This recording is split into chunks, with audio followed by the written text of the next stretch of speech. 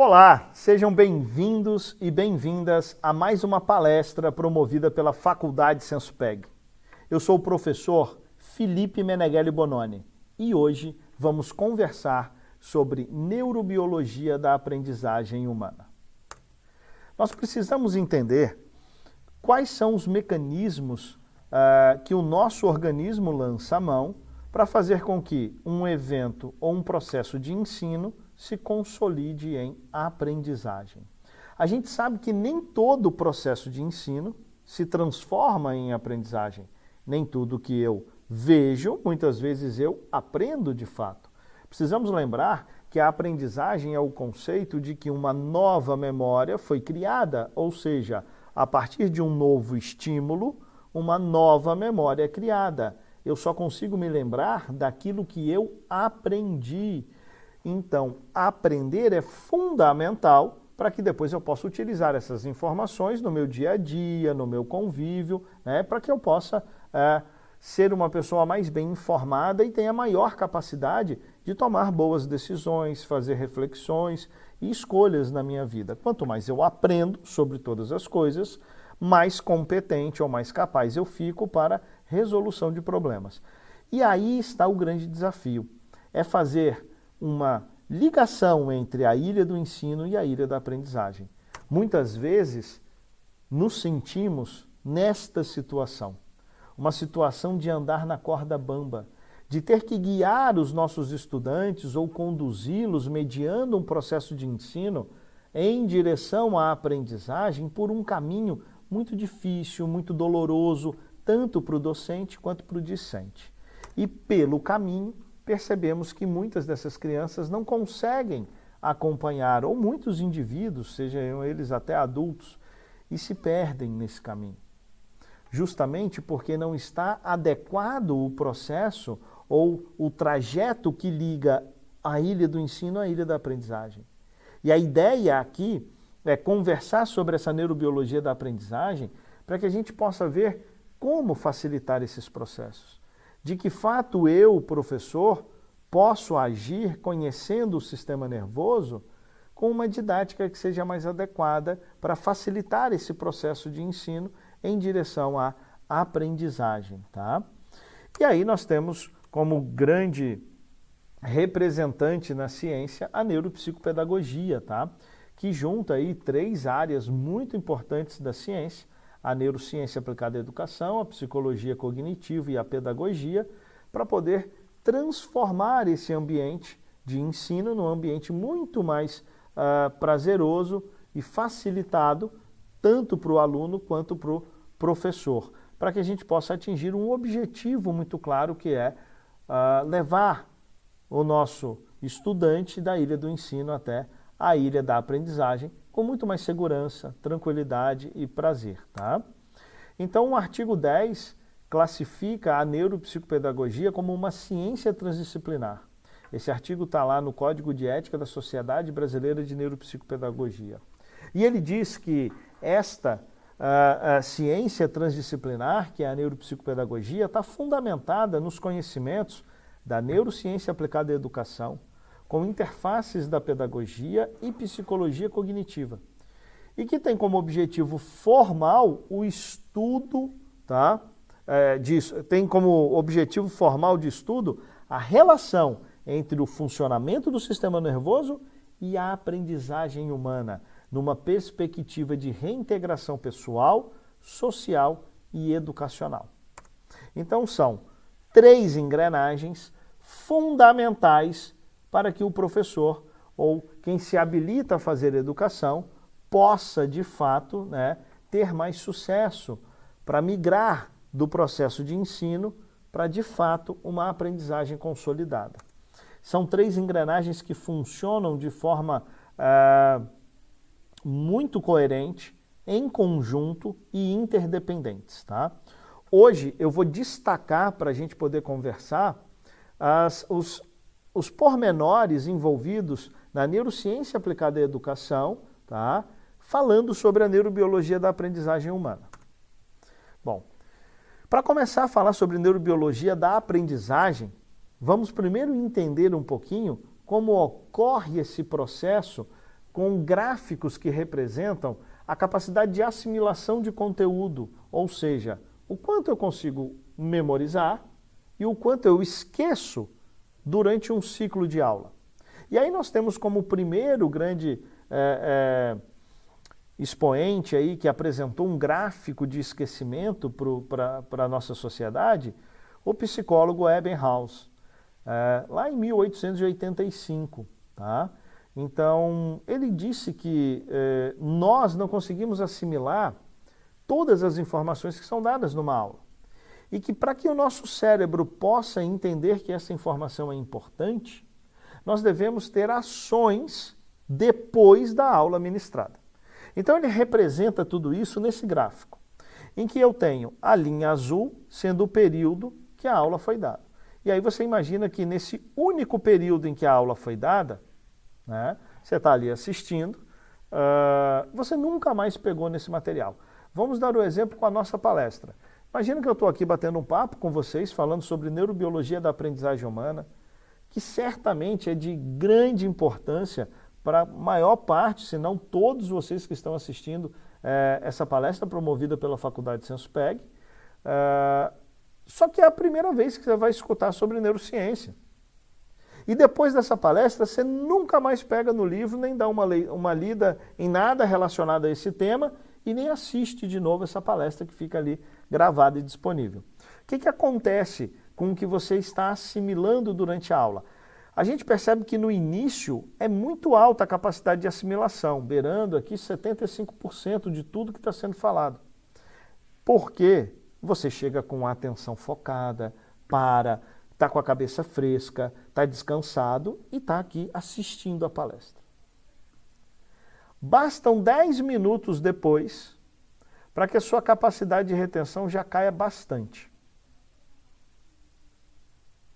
E se eu terminar a minha palestra e 24 horas depois você nunca mais olhar para esse conteúdo, de tudo que você tinha assimilado vai ficar em torno de 25% guardado. Uma semana depois a gente tem mais ou menos 15%, um mês depois 5%. Ou seja, quase nada do que foi dito aqui vai ficar gravado para você.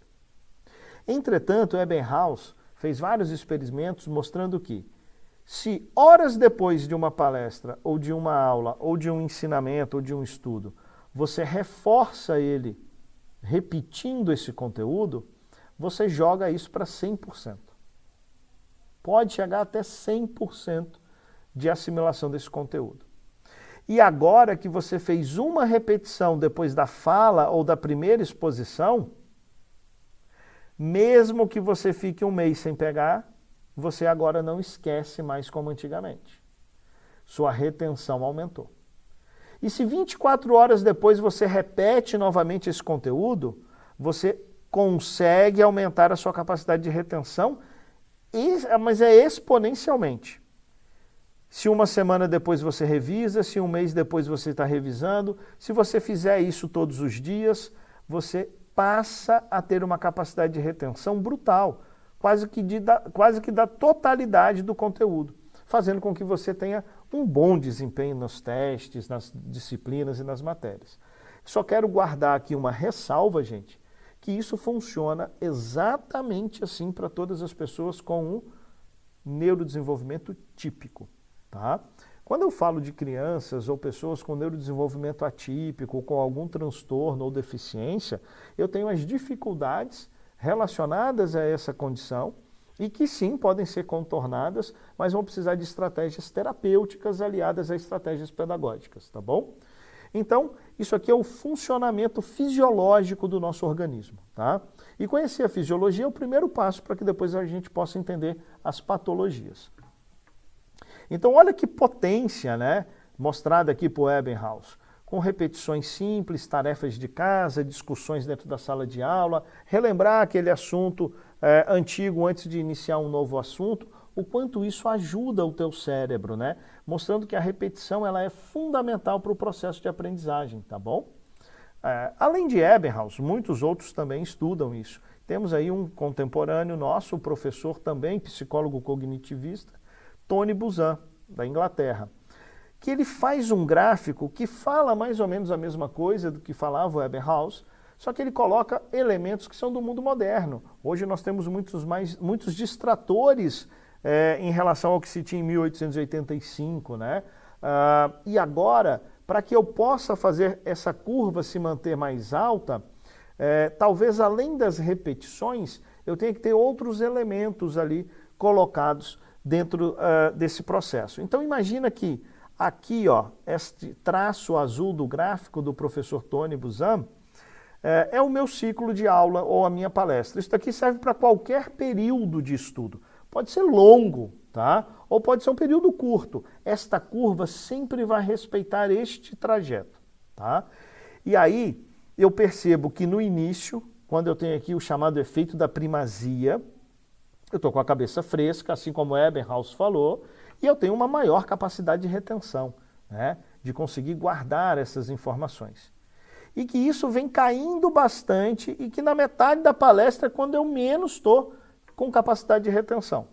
E que mais para o final da palestra, a minha capacidade de retenção volta a subir, tá? Mas, para que eu possa mudar esta curva, alguns elementos representados aqui são muito importantes e podem empurrar essa curva para cima. O primeiro deles é o entendimento sobre esse assunto. O quanto você já sabe sobre o que vai ser dito? Porque se você já tem bastante coisa guardada na sua memória sobre um assunto e alguém vem falar e coloca só mais um ou dois elementos novos, nossa, rapidamente você junta eles dentro da memória que você já tem consolidada, seu cérebro entende que isso vai ser mais um caco dessa memória e você assimila com muita facilidade. Então, conhecer sobre o assunto é fundamental para que essa curva possa subir. E aqui entra também, segundo Tony Buzan, as repetições. Então aqui você vê o assunto uma vez, depois você vê duas vezes e depois você vê três vezes. Olha aqui, ó, você vê o assunto uma vez, você vê um assunto duas vezes, você vê o assunto três vezes, você pode ver o assunto uma quarta vez. Quanto mais você repetir, mais esta curva tende a subir. E aí ele diz que se este assunto é um assunto que você conhece e você tem repetido ele várias vezes, e o teu professor ainda na hora de dar essa aula usa esse efeito chamado von Restorff, tá? Que é um efeito, por exemplo, que muitos professores de cursinho usam com uma música, uma coisa engraçada, geralmente é uma referência que não tem nada a ver com o assunto, mas vai te fazer lembrar, fazer você puxar da memória esse assunto. Isso também joga essa curva para cima. Então, além de conhecer o assunto e repetir o assunto, fazer referências, né, engraçadas de música ou de rima podem nos ajudar muito a melhorar o entendimento sobre esse assunto. E claro, além disso tudo, isso tem que fazer sentido para você. Porque se esse assunto não faz sentido para você, não tem significado, e aí a gente já pode puxar, né, Ausubel, Vallon, Vygotsky, Piaget, porque aqui, além do significado para você, de ter sentido essa aprendizagem, a gente precisa estar num ambiente propício para a aprendizagem acontecer. Eu tenho que ter vínculo com o meu professor, vínculo com a minha turma, eu tenho que estar bem integrado, eu tenho que estar um ser humano saudável, né? Para que isso tudo possa correr da forma mais fácil possível. E aí, além de todos esses fatores, entra o interesse. O interesse pelo assunto, né? Então, ó, tem muito a ver comigo. Eu tenho muito interesse por isso. Eu já sei um pouco, estou repetindo.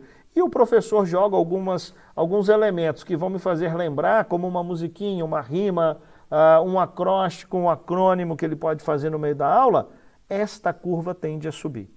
Então a gente vê que lá de 1885 para cá, não mudou tanta coisa nesse gráfico. Alguns elementos entraram, que são os elementos afetivos, de interesse e de entendimento para essa associação e da prática docente, né? De fazer com que esse assunto se torne cada vez mais interessante para esse aluno. E pode ser mudando a metodologia no meio da aula, pode ser invertendo isso, botando os alunos para estudar primeiro e depois trazer a dúvida. Então o professor vai poder lançar mão de muitos artifícios para fazer esse gráfico ficar no alto. E por que, professor, que eu necessito desse reforço, dessa volta, desse peso emocional? Primeiro porque é a emoção que imprime muito da memória que a gente tem. E no nosso curso de Neuropsicopedagogia, vocês vão ter uma disciplina chamada Bases Neurobiológicas da Aprendizagem e vocês vão perceber o quanto a emoção, o significado, a importância do assunto e já conhecer, já ter ele alguma coisa na memória para associar com esse assunto novo, é brilhante para fazer com que a memória ocorra de forma mais eficiente. Embora eu ainda necessite da repetição e, claro, deste evento von Richthofen, que pode não ter a ver com o assunto direto da aula, mas que vai me trazer isso na memória, tá? Bom, isso significa que, para a neurociência, a construção de sinapses pode ser feita com um paralelo de uma mata fechada, em que você quer abrir um primeiro caminho.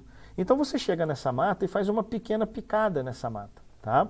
É assim a primeira exposição, tá? Então, apesar de você ter tido uma primeira exposição e já guardar uma impressão, uma marcação ali dessa informação, a gente sabe que isso ainda é muito frágil. Se você sai dessa mata, ou se você nunca mais revisita esse assunto, se você esquece de estudar, não repete, não mostra o quanto isso é importante para você, quando você voltar aqui nessa mata, uma semana, um mês depois, você não encontra mais essa picada. Ela já foi coberta de novo por mato. Ou seja, essa sinapse que deveria ter sido fortalecida, ela se desmancha dentro do seu cérebro. Entretanto, se você continua repetindo, trazendo elementos novos, buscando o interesse sempre por esse assunto, é como se você estivesse caminhando sobre essa picada feita todos os dias. E aí você torna ela uma trilha. E agora, ainda que você se afaste durante muito tempo, quando você retorna, você é capaz de encontrar essa trilha. Ainda que essas sinapses estejam se desfazendo, um pouco disso vai ficar porque está mais fortalecido, não some de uma hora para outra. E se você continuar ali, poxa, então essa trilha se alarga bastante, formando uma estradinha. Com um pouco mais de tempo, eu tenho de fato uma estrada, tá? Muito bem consolidada, que eu posso sair e voltar meses depois e eu ainda tenho essa informação. E quanto mais isso for praticado, as sinapses se fortalecem a tal ponto que viram como estradas pavimentadas, viram uma rodovia. E agora você pode passar décadas sem vir aqui e quando voltar nesse assunto, você encontra essa informação. Então, por isso esse ciclo é tão importante. Tornar o ambiente interessante, tornar o assunto significante para esse aluno, fazer com que ele associe isso com coisas que ele já conhece, já sabe, e que ele revisite isso o tempo inteiro, tá? E no futuro, quem sabe, esse cérebro estará cheio de rodovias pavimentadas, porque ele está entendendo qual é o caminho mais fácil para fazer da ilha do ensino até a ilha da aprendizagem, mediado aí por um docente que conhece esses meandros, a neurobiologia da aprendizagem humana e vai saber conduzir com muita eficiência um processo de ensino até chegar na aprendizagem, né? A gente precisa levar em consideração que logo após o nascimento, essas sinapses já começam a se... Aliás, antes do nosso nascimento, as sinapses já começam a se formar. Nós temos aqui um primeiro momento, uma primeira etapa, que é a neurulação, que é o período em que eu formo ali o tubo neural. Logo após essa etapa da embriologia, e isso a gente detalha com muita riqueza dentro do nosso curso, tá? Você começa a ter a proliferação neuronal. Depois da proliferação neuronal, você tem a migração neuronal. Então você começa a proliferar neurônios, depois você começa a ter a migração desses neurônios, e assim que esses neurônios começam a migrar, eu já tenho aqui, ó, as sinapses sendo construídas. Então os contatos sinápticos entre os neurônios, eles começam a se formar ainda intraútero, e eles só vão terminar de estar prontos na adolescência.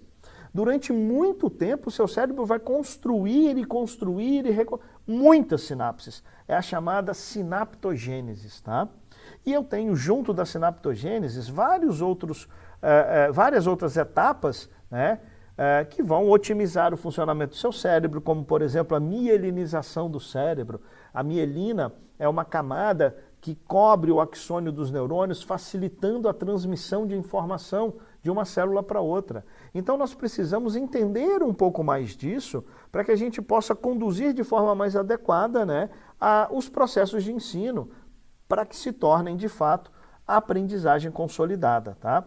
O nosso curso mostra isso com uma riqueza de detalhes impressionante, você não vai encontrar em nenhum outro lugar, tá? E isso vai dar muita força para você desenhar ou escolher os caminhos didáticos para poder passar a sua informação.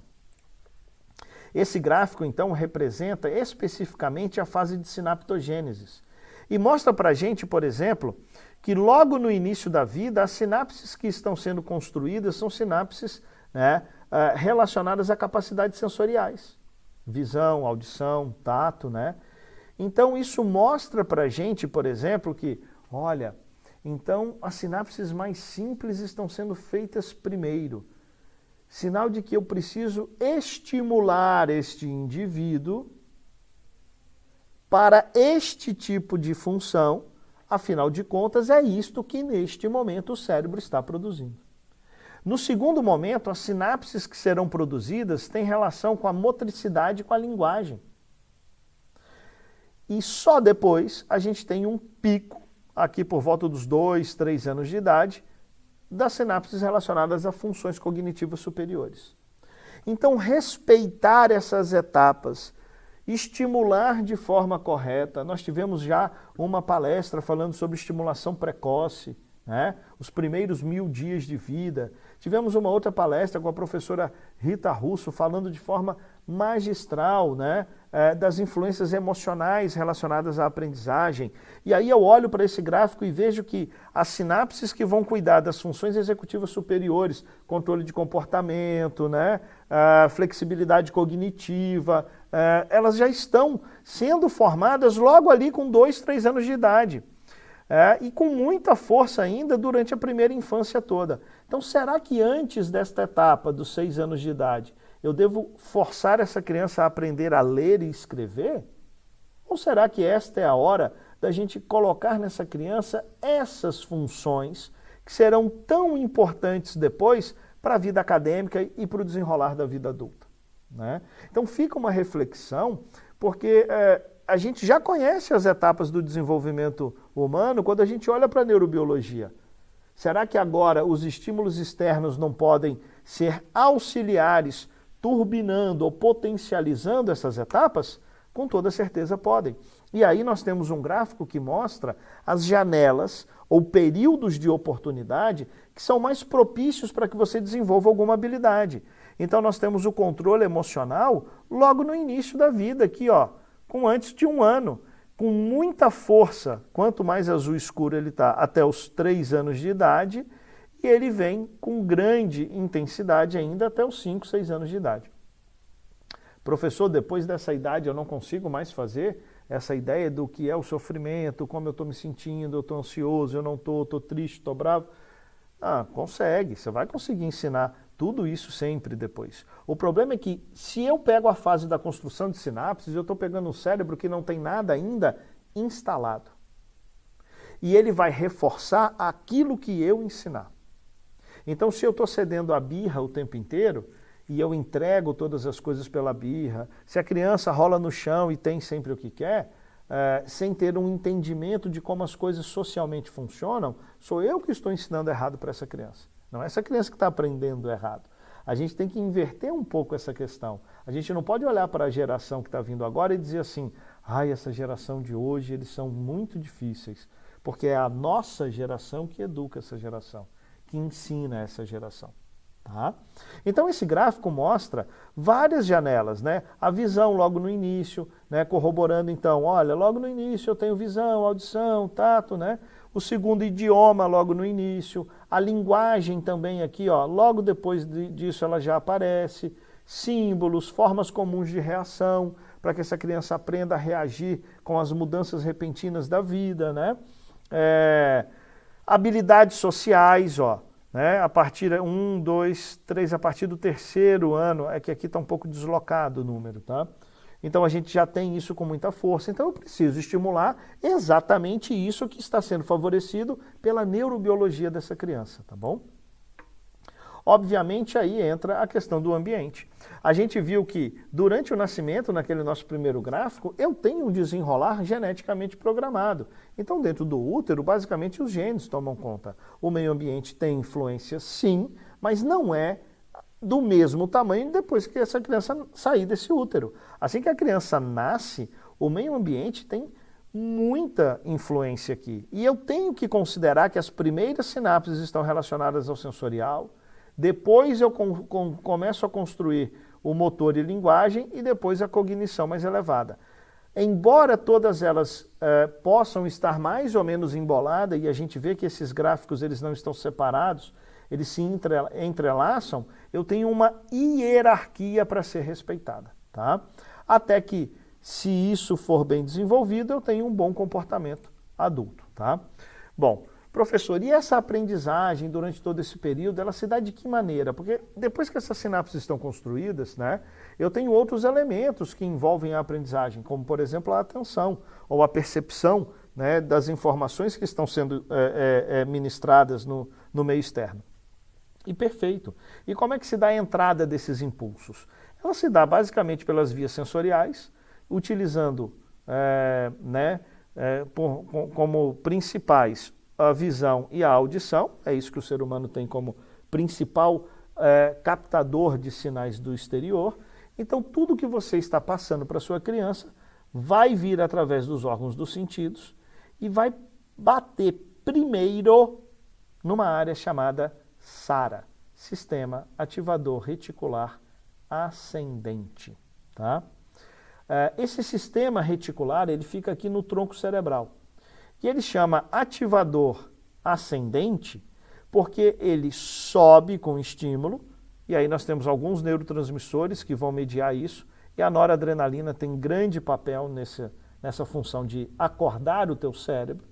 Ele sobe até o tálamo, faz as ligações com o tálamo e o tálamo espalha todos os estímulos para todas as áreas cerebrais. Então o estímulo visual bate aqui no SARA, vai até o tálamo e é direcionado ao lobo occipital. O estímulo auditivo vem aqui no SARA, sobe até o tálamo para depois ir para o lobo temporal. Tá? Então nós temos um sistema que acorda todo o cérebro e que depende desses neurotransmissores para que a gente possa ter atenção. Então, ligar esse sistema vai depender de se reinventar, de fazer com que esse conteúdo para as crianças, porque para mim fazer isso com vocês não é difícil, mas não porque eu sou um professor mais habilidoso, é porque vocês já vêm de casa com interesse nesse assunto, nesse conteúdo, em tentar entender tudo isso que está sendo processado no cérebro, para casar isso com suas didáticas, para melhorar a eficiência ou a eficácia dos processos de ensino, levando até a aprendizagem. Agora, uma criança muitas vezes não está tão interessada na sua aula. E embora ela desperte quando você dê um estímulo da sua fala e ela olhe para o quadro, para manter esse estímulo, eu vou precisar da dopamina. E a dopamina, para entrar em ação, ela vai entrar em ação depois que isso tiver relevância cognitiva para essa pessoa. Então a gente pode dizer que a partir do SARA, com esse despertar, podemos botar o primeiro passo sendo da noradrenalina, temos um segundo passo relacionado à dopamina para a manutenção dessa atenção. Então ficaria um filtro mais ou menos assim, em que na boca desse funil, tá, nós temos aqui uma nova informação captada pelos órgãos dos sentidos. Isso bate lá no nosso sistema ativador reticular ascendente, ele vai até o tálamo e joga isso para as áreas de interpretação do cérebro. A área visual, a área auditiva, a área tátil. Assim que esses estímulos novos foram identificados nas áreas corticais correspondentes, nós temos uma associação disto que foi interpretado com a sua impressão emocional sobre o assunto. Que relevância tem isso para mim? Primeiro o estímulo chega, é conduzido até as áreas de interpretação no cérebro, agora que eu sei o que é, eu posso ver qual é o peso da importância disso para mim. E se tiver peso de importância, ele faz com que a dopamina seja liberada e aí eu tenho a intensidade ou eu tenho a persistência na atenção focada a esse estímulo, tá? Qualquer um desses eventos que for quebrado, eu tenho prejuízo na manutenção da atenção, logo no processamento dessa informação, logo na formação de uma nova memória. Então, se eu tenho um problema auditivo ou visual, vou ter problema com isso aqui. Se eu tenho um problema na dopamina, por exemplo, existente no TDAH, eu quebro esse filtro. Porque eu preciso fazer todas essas associações até chegar aqui. E se eu não tenho a dopamina, se eu já tenho um problema com noradrenalina, eu já quebro todas essas etapas. E aí eu não consigo desenrolar um processo com eficiência. E embora eu esteja falando aqui, citei alguns exemplos de transtornos ou problemas, se a criança não consegue enxergar significado, ou a pessoa que está escutando qualquer informação, seja adulto, adolescente ou criança, e vai ficando cada vez mais difícil quanto menor vai sendo a idade, não enxerga uma associação, um uso, uma importância, não tem um vínculo com quem está falando, com o local onde ela está estudando, esse ciclo aqui não se faz, esse funil aqui é interrompido e eu não mantenho a dopamina forte. E eu dependo dessa dopamina e desses processos acontecendo para que esta ilha do ensino seja ligada à ilha da aprendizagem por uma ponte. Sabendo todos esses elementos, eu consigo transformar a realidade da minha aula, da minha didática ou das estratégias que eu estou utilizando, para que de uma corda bamba eu agora possa criar uma ponte muito mais sólida, fazendo com que a travessia da ilha do ensino até a ilha da aprendizagem seja uma travessia muito mais tranquila, prazerosa, tanto para o professor quanto para o aluno. E a neuropsicopedagogia se mostra aí como o grande gerador de conteúdo e gerador de estratégias e intervenções para que você possa fazer esse alicerce mais forte, ou seja, para que você possa construir esta ponte no lugar daquela corda bamba que perde tantos alunos pelo caminho. E é fazendo isso que se lida com diversidade. E aí a gente pode dizer que sai do quadro de exclusão, onde a gente não sabe lidar e deixa de fora, sai do quadro da segregação, em que eu tenho só alguns em algumas escolas especiais fazendo isso, e aí eu mando para lá quem eu não consigo cuidar, deixando os iguais separados, e aí eu crio um mundo paralelo que não transforma a vida dessas pessoas. Tampouco eu vou precisar fazer integração quando eu conhecer neuropsicopedagogia, porque não vale também ter uma escola na cidade onde os professores estão mais preparados, aí eu jogo todos os alunos só naquela escola. Ou dentro da minha escola eu tenho uma professora, ou 3 ou 2 professores que são melhores com isso. Então todos os alunos ficam só com eles. Isso também não vai funcionar, porque aí eu faço uma coisa chamada integração, que embora seja muito melhor do que a exclusão e do que a segregação, ela ainda não faz a inclusão, que seria, de fato, lidar com essa diversidade dentro do mesmo ambiente, com todo mundo misturado, e para isso nós precisamos conhecer mais neuropsicopedagogia.